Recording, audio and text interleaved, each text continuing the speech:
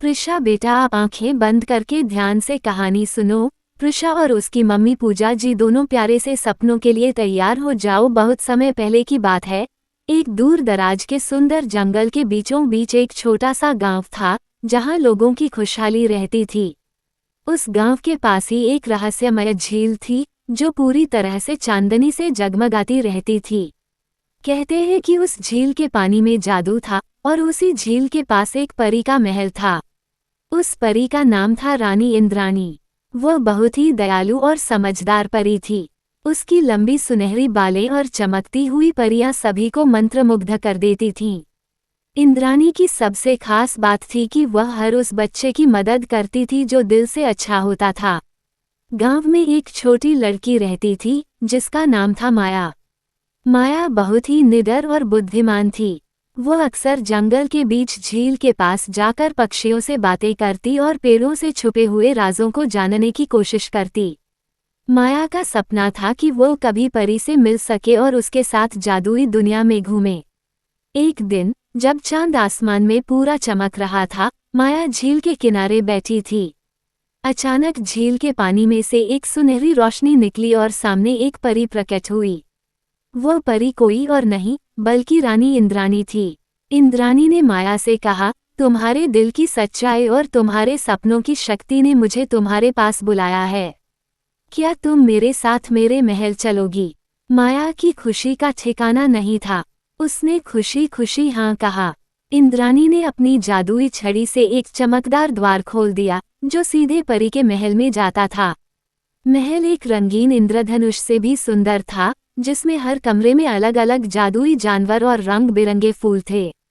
महल के बीचों बीच एक बड़ा सा पुस्तकालय था, जहां अनगिनत किताबें थीं, जो हर किसी के सपनों को सच करने के मंत्र बताती थीं। इंद्राणी ने माया को बताया, यहाँ की हर किताब में ज्ञान और जादू है। जो इसे पढ़ता है, वह अपनी शक्ति को पहचानता है। माया ने एक किताब उठाई, जिसमें लिखा था सपनों की शक्ति और आत्मविश्वास का जादू। जैसे ही उसने वह किताब पढ़ना शुरू किया, उसे महसूस हुआ कि उसके भीतर एक नई ऊर्जा जाग रही है।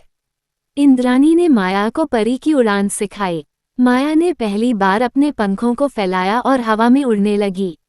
वो खुश होकर गा रही थी, जैसे उसकी सारी खुशियां आसमान में उड़ रही हों।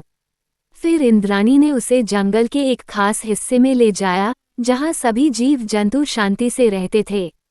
वहां माया ने देखा कि एक छोटा सा खरगोश परेशान था, क्योंकि वह अपना रास्ता भूल गया था। माया ने अपने नए सीखे हुए जादू से खरगोश की मदद की और उसे सही रास्ता दिखाया। खरगोश खुश होकर माया का धन्यवाद किया। माया ने जाना कि मदद करना सबसे बड़ा जादू है। इसके बाद इंद्राणी ने माया को परी महल के गुप्त बगीचे में ले जाया, जहां हर फूल की अपनी एक कहानी थी। वहां माया ने फूलों की भाषा सीखी और जाना कि प्रकृति से प्रेम करना कितना जरूरी है। रात के समय महल की छत पर चांद और सितारे इतने करीब लग रहे थे कि माया उन्हें छू सकती थी। उसने अपनी छोटी छोटी हाथों से तारों को पकड़ने की कोशिश की और हंसी खुशी से झूम उठी। इंद्राणी ने माया से कहा, सपने वे नहीं जो हम सोते वक्त देखते हैं, सपने वे हैं जो हमें सोने नहीं देते। माया ने वादा किया कि वो हमेशा अपने सपनों के पीछे जाएगी, चाहे रास्ते में कितनी भी मुश्किलें आएं। अगले दिन माया ने अपने गांव लौटने का फैसला किया।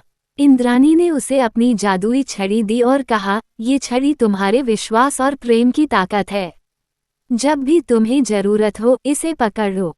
माया वापस गांव आई, लेकिन अब वो पहले जैसी नहीं रही।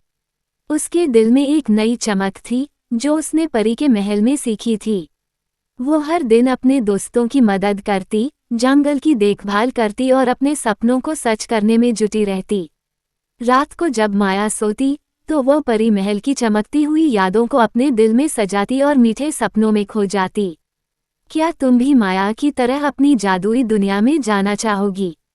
अपनी कहानियां और सपनों को कमेंट में जरूर बताना।